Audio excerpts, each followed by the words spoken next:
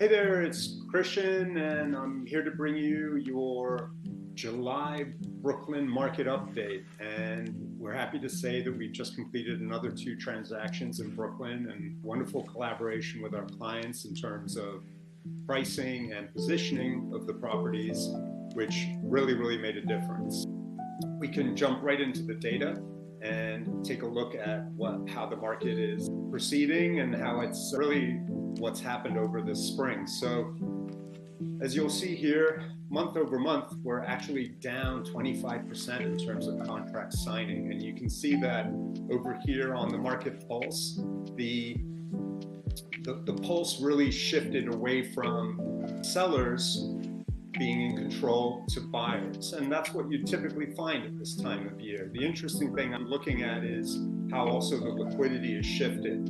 We worked through April, and I have to say, Brooklyn held up much better than Manhattan in terms of the macro conditions. And I think it's a function of people really having to make life choices through April, May, June, July, getting ready for the start of school year and work and all those kind of things. So to some extent, while people do leave, Brooklyn does tend to hold its own later on into the summer, and we certainly noticed that in terms of our activity.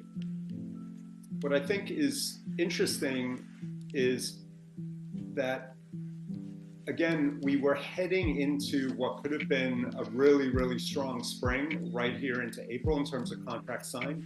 The blue line is actually contract signed versus the orange line, which is rolling averages. And you'll see that right here, right into April, May, we took a turn down versus the average. And that does have to do with the macro environment, but it's significantly different from what was happening in Manhattan at the same time. The other interesting thing is that townhouses in Brooklyn have actually held their own really well. You'll see that contracts signed for townhouses are still above the rolling average. And we've certainly seen that in terms of interest in townhouses in Brooklyn, particularly ultra prime parts of Brooklyn, and also in terms of absolute pricing for townhouses. And we will do a special section on townhouses in Brooklyn coming up. The other thing I'd like to get into is some of the general data, which we can see here. So the days on market is quite interesting to compare between Manhattan and Brooklyn.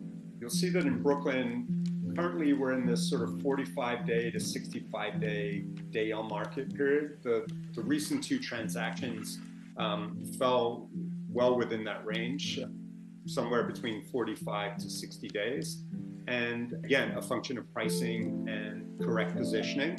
Overall, there's been a downward trend. However, the real sort of speedy part of the market was certainly post-COVID, and then we're now selling in this sort of tighter range. And if you compare it to Manhattan, you'll see that the range of Manhattan is more like 90 days to 65 days. And again, that's based on correct pricing and positioning. I will say that Manhattan did pause quite significantly over the last month, and depending on the macro environment, we'll see where we get to in the beginning of fall.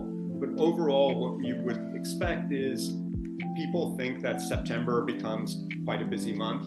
And the truth of the matter is, from a market standpoint, September is actually quite quiet. We find that people are focusing on being back to work and back to school. And so transactionally, it's actually a better prep period than transactional period. If we're looking at helping you bring your property to market, we may be discussing the fact that it might be better just to prep it in September and bring it on for October, understanding that our window is probably October through Thanksgiving, and then going from there. I hope this quick little insight for a month is helpful, and I look forward to seeing you in person soon as we head into the fall, and wishing you all the best for the rest of the summer. Thanks so much.